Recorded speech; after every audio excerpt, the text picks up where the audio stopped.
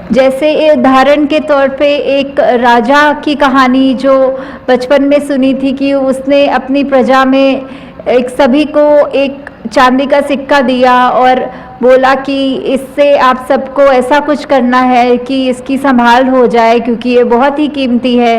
और करते करते उसने अगले महीने जब सबसे फिर पूछा कि आपने कैसा किया कि ये जो इतनी कीमती चीज़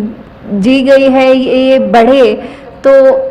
किसी ने बोला कि हमने इसको व्यापार में लगा के और बढ़ा दिए है और इससे इस एक सिक्के की कीमत अब बहुत ज़्यादा सिक्कों में आके मिल गई है।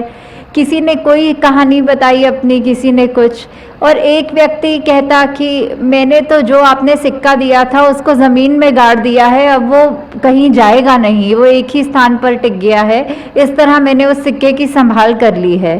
तो राजा उसको समझाता है कि ये सिक्का इतना अनमोल है कि इसकी कीमत मिट्टी में गाड़ने के लिए नहीं है पर इससे इजाफा और करने के लिए है, इसको इस तरह काम पे लगाओ और ना कि इतनी कीमती चीज़ का मोल इतना घटा दो।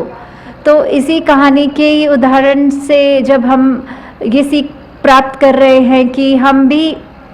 इस ज्ञान को प्राप्त तो कर चुके हैं पर क्या हम उसका सही मूल अपनी ज़िंदगी में बिठा पा रहे हैं? क्या हम एक उस लाइट हाउस की तरह खुद जले हुए हैं जो औरों को दृश्य क्लियर करे या फिर रास्ता दिखाए, या उस तरह के जो वैल्यूज़ हैं वो हमारे अंदर क्या आ चुके हैं? जैसे संत हमेशा सत्संग में जब आते हैं तो अपना आईना देखने आते हैं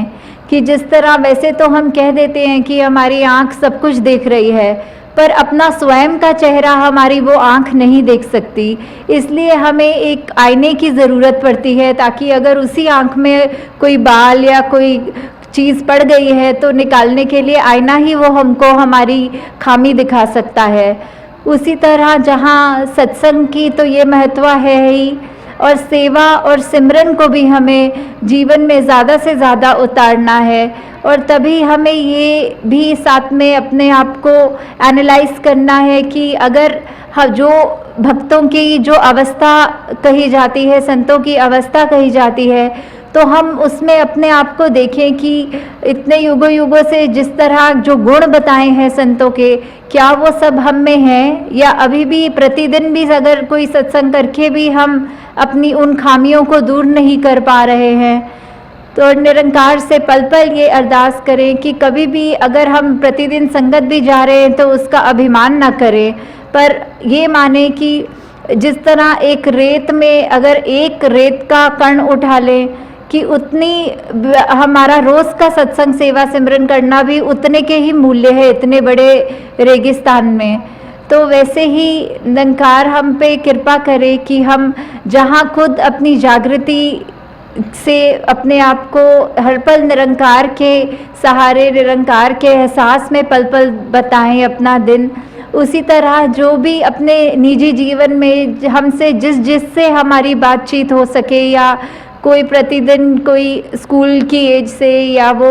घर बैठे पड़ोसियों से, या कामकाज के क्षेत्र में जिससे हम बात कर पाएँ, वो हमारे कर्म ही इतना